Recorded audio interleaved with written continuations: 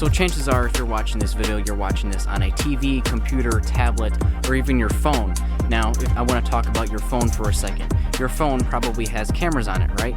Well, have you ever thought that if your phone is able to take these daytime photos, that maybe it's capable of taking some awesome astrophotography shots, like maybe targets of stars, moon, or the planets? Well, in this video, I'm going to show you everything you need to know about cameras for astrophotography and why you should consider upgrading to a dedicated astronomy camera. My name is Tanner from TH Astro, and welcome to the YouTube channel.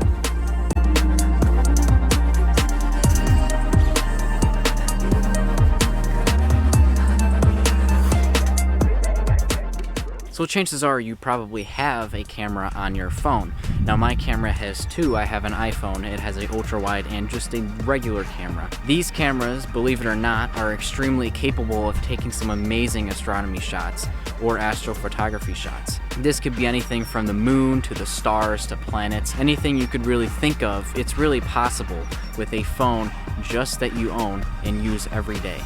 But there are some exceptions. See, phones are not as sensitive as DSLR or mirrorless cameras or even dedicated astronomy cameras, which I'll talk about soon. And as you progress in this hobby, if you choose to keep doing it, you'll notice that these shots are not as sharp or as crazy detailed as you might see in other people's images. Well, that is simply because iPhones and handheld camera devices that you use just every day aren't really sensitive to just space light. So there might be some apps on your phone like night sky mode or night mode or anything like that, but those modes aren't really helpful in terms of taking pictures of astrophotography targets. So putting your phone out of the perspective, let's say you have a DSLR or mirrorless camera just laying around in your house. Well, you're a step closer to getting some even more amazing pictures of the night sky. Right now I'm filming on my mirrorless camera, the Canon M50 Mark II, and this camera is extremely capable of taking some amazing shots. And recently I sold my Canon Rebel T7 that I used for 1.5 years for daytime and night photography, and let me say, it's taken some amazing pictures of space. It's taken pictures of nebulae, supernova remnants, galaxies, star clusters, and even our own Milky Way. You just have to know how to use it for that. But the thing you might hear about DSLR or mirrorless cameras is the term stock cameras. Now, what does stock really mean? Well, stock means that the camera is really just bare bones minimum how it was designed. The sensor and the filters even inside of the camera are exactly the same as you bought them, and there were no changes made to them. So wait, there's filters in cameras? Yes, that's right. There are filters in your camera. There are filters in your iPhone. There are filters in your DSLR itself. Now, these filters have a lot of different purposes. Some of them can even be for minimizing light that you want to see. Now, light, maybe let's say, for example, red light is something that you want to see in a camera. Well, some of these cameras will actually minimize red light. If you guessed it, DSLR and mirrorless cameras do minimize that red light that we want to see. You'll probably hear from experienced astrophotographers that this is something that you want to get rid of. Well, that is simply not true. See, you could take pictures of amazing things with your stock camera, and even a stock camera is better at taking pictures than some other targets that dedicated astronomy cameras are able to take pictures of. Sometimes the stock DSLR has the lead in terms of astrophotography shots. Now, while in the most cases it's not ideal, it is still completely possible, and hundreds of thousands of people still use stock DSLRs to this day to take some amazing nightscape photos, including myself, which I recently sold my Canon Rebel T7 that took some amazing pictures for me with my entire telescope setup before I replaced my camera. So now that we've talked about these DSLR and mirrorless cameras and how they have these filters installed in them that actually block the red light, this red light is called HA or hydrogen alpha, which I've mentioned before in previous videos. This type of light is actually extremely important when taking your astrophotography shots because it is the most prominent light in space in terms of what we can see. Especially in our Milky Way galaxy, there is hydrogen alpha everywhere. So because we want to see all this red light, some of it is faint and some of it is bright. Stock DSLRs are able to pick up a lot of that light. But can you even imagine if a camera is able of getting almost all of that light? Well, you're in store for something crazy. So if you have a DSLR or mirrorless camera that is stock, there is still hope for you if you don't want to spend thousands of dollars in the astrophotography rabbit hole. You can always astro modify your camera for a couple $100. Astro modify really means that you are simply removing that filter that minimizes that red light. So that means that you'll be able to get all of that red light as even higher end astronomy cameras will be able to. So you are competing just with them and getting all that light just for a couple $100. If you have any questions about, well, is it still capable of some daytime photography? And that is correct and also up to you.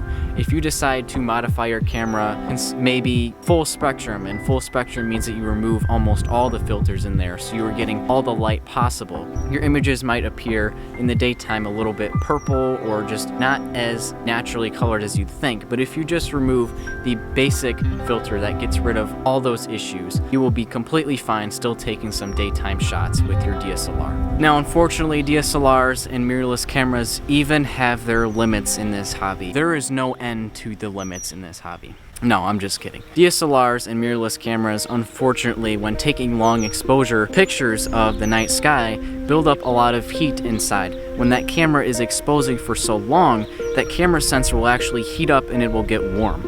So what is the issue with this? What if it's in the winter time and I want to keep my things warm? Wouldn't a warm sensor be the best shot? No. A warm sensor is not good at all.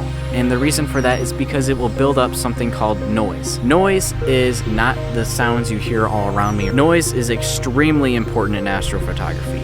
It is a lifesaver and also a curse. Noise is actually in every picture that you have ever taken.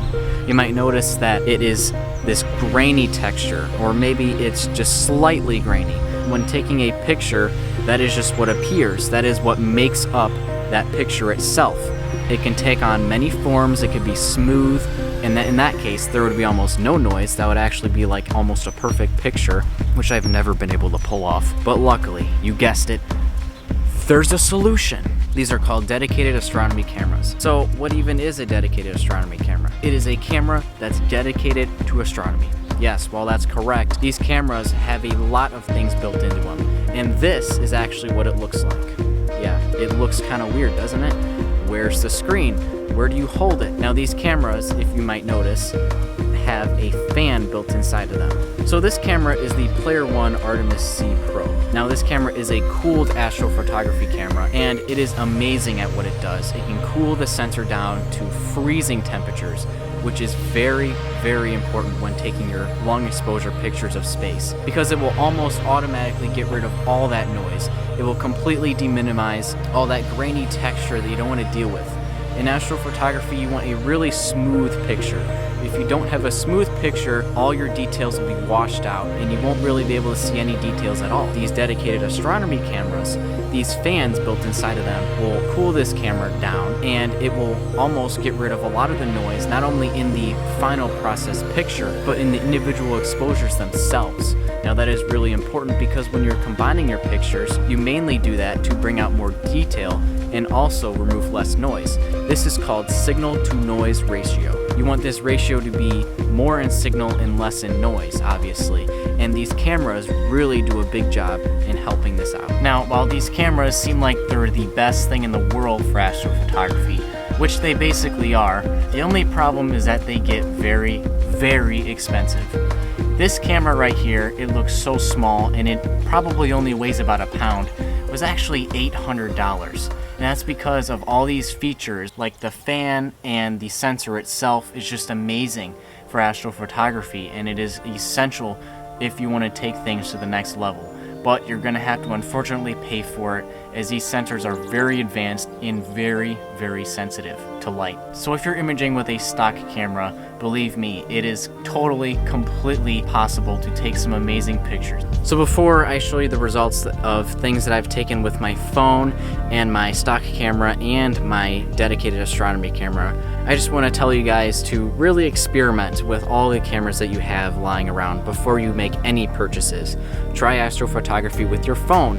It will not disappoint you, I promise that.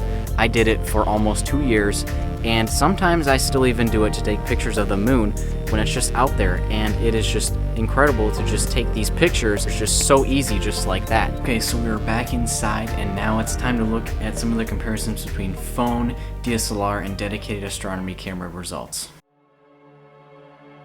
Alright, so here we are in GIMP, and I've loaded up the phone, DSLR, and dedicated astronomy results of the Eagle Nebula. Now, just so you know, for reference, that these were both 7 hours, both the DSLR and the dedicated astronomy camera, and this phone one was a couple exposures stacked together, and you can't really do a 7-hour project with a phone, trust me, but we will take a look at the phone result. So this is all also the same target, so this is the Eagle Nebula. So in the phone image you can kind of see some detail here, but it's just completely shrouded by all this noise and all this grain that we don't want in our pictures.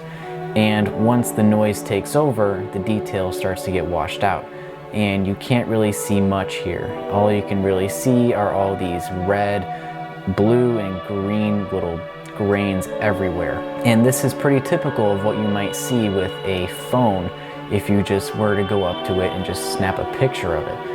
So let's look at the red channel just to see if we can emphasize this a little bit more. So in the red channel, you can still kind of see the structure here, but it's not that crazy. It's not that pronounced, and it won't look as good as with a dedicated astronomy camera or a DSLR shot. So here's the phone result. So now we're going to take a look at the DSLR result. Okay, so we're going to shift gears now. Here's the DSLR result. So obviously it is a very, very significant improvement. You can see the pillars of creation here, which look awesome. And you can see a lot of this pinkish red color over here that's just awesome to see, especially from a stock DSLR. And this is what I was saying earlier, a lot of this is possible with a stock DSLR. Well, it's definitely an improvement to go from a dedicated astronomy camera. It's still really good. It's still really good to have a stock DSLR. And just keep it around and just honestly, yeah. So you'll see immediately that even though we still have a lot of this detail, we still have a lot of this grain. Even though it's not as grainy as the phone shot, we still have quite a bit of it. And it's also taken the form in the red color here, and this is not what we want. We want the red to be smooth because that's the strongest signal that we want, right? So let's take a look at the red channel and see what we're working with. So here we go, and quite honestly it doesn't really look bad in the middle because that's the brightest part of the image. That's where our strongest signal is, in the red channel, and you can see that it's not that grainy. It's actually pretty darn smooth. But once we kind of zoom out, we can kind of see that these faint areas here are starting to get a little bit washed out by the grain or the noise. You could see here that a lot of that noise, especially in the color version, this is not looking as good as we would want it to be, but this is also a stock DSLR, so this is to be expected when we lose some of that red light that we want to see. But all around, it's not bad, and it definitely does compete with the dedicated astronomy camera if you just put some more time and effort into getting it and stack more pictures together. A lot of this noise will be gone. So let's move over to the dedicated astronomy camera. Okay, so now this is the dedicated astronomy camera, and this is actually a project that I just finished up a couple weeks ago. And immediately you could see that there is a ton of this red. It is really highlighted here, especially in those faint areas that we couldn't really see in this color image here. It is really pronounced here in this image. So let's do little close-ups here. Zoom in to 100%. And you can see that even though the noise is still here, it's not as crazy as it was in the DSLR image. You could see, especially here, the signal is really, really strong. And even going out here, it's really strong as well. And even in these highlighted parts over here, the little arm of the Eagle Nebula, it looks really strong over here. So we're gonna take a look at the red channel. And here's the red channel, and the red channel looks amazing. This is all of the hydrogen alpha or red light that we want to get, and we got quite a bit of it in such a short amount of time. And this is what these dedicated astronomy cameras do. They are just amazing at grabbing this light, and with this cooling fan, they make the noise a lot less grainy. You can see here it's just really smooth all around the image, and this was with no third-party noise reduction. This is just straight out of the camera putting these pictures together, and it is just extremely smooth here. Well, you guys, that is going to end it for today's video. I hope that this helped some beginners out there who are struggling to really decide on which camera you need to get for astrophotography. It really all comes down to personal preference, but I recommend that you don't start with a dedicated astronomy camera. Start with a DSLR and build up from there, because DSLRs are amazing and they will get you some amazing shots at a especially low price, instead of spending a lot of money on a dedicated astronomy camera right off the bat. So with all that said, I want to say thank you guys for watching, and I'll see you guys next time. Clear skies.